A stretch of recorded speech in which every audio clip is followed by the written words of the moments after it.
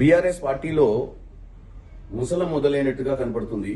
ఎందుకంటే జీవన్ రెడ్డి గారు ఎప్పుడైతే కాంగ్రెస్ పార్టీని వదలాలి, బీఆర్ఎస్ లకు పోవాలి అంటే ఆ పార్టీలో ఉన్న నాయకులు జీవన్ రెడ్డి గారు చేరిక మీద వాళ్ళకే కొంత అండర్స్టాండింగ్ లేకుండా ఉన్నట్టుగా క్లియర్ గా కనపడుతుంది.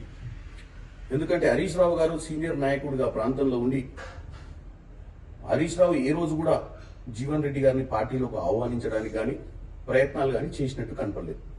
రెండోది, కేటీఆర్ గారు జగిత్యాల పోయినప్పుడు మొదటిసారి జీవన్ రెడ్డి గారిని విదేశాల నుంచి వచ్చి హరీష్ రావు గారి ఇంటికి వెళ్లి బతిలాడి తీసుకువెళ్ళి, ఎందుకంటే చూడటానికి బాగుండదని, ఎవరైనా హరీష్ రావు రాకుండా ఓన్లీ కేటీఆర్ వస్తారు. నెక్స్ట్ డే ఎప్పుడైతే కేసీఆర్ ఫామ్ హౌస్ కి తీసుకుపోయారు జీవన్ రెడ్డి గారిని, హరీష్ రావు గారు పోకపోవడంలో కూడా మనకు క్లియర్ గా కనపడుతుంది అంతర్యం. ఇక పోతే ఆల్రెడీ ఆ పార్టీల కవిత పార్టీతో సరిపోక కొత్త పార్టీ పెట్టి బయటకు వచ్చింది.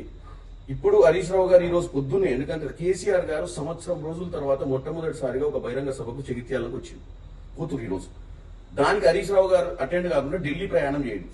దీన్ని బట్టి చూస్తే ఏమర్థమవుతుందంటే బీఆర్ఎస్ పార్టీ భవిష్యత్తు అంధకారంలోకి పెట్టేట్టుంది. ఎందుకంటే హరీష్ రావు గారే ఢిల్లీలో ఎవరితోటి మంతనాలు చేయడానికి వెళ్తుండు, ఆయన భవిష్యత్ ప్రణాళికలు ఎలా వేసుకుంటుండు అనేది క్లియర్ గా మనకు తెలిసిపోతుంది.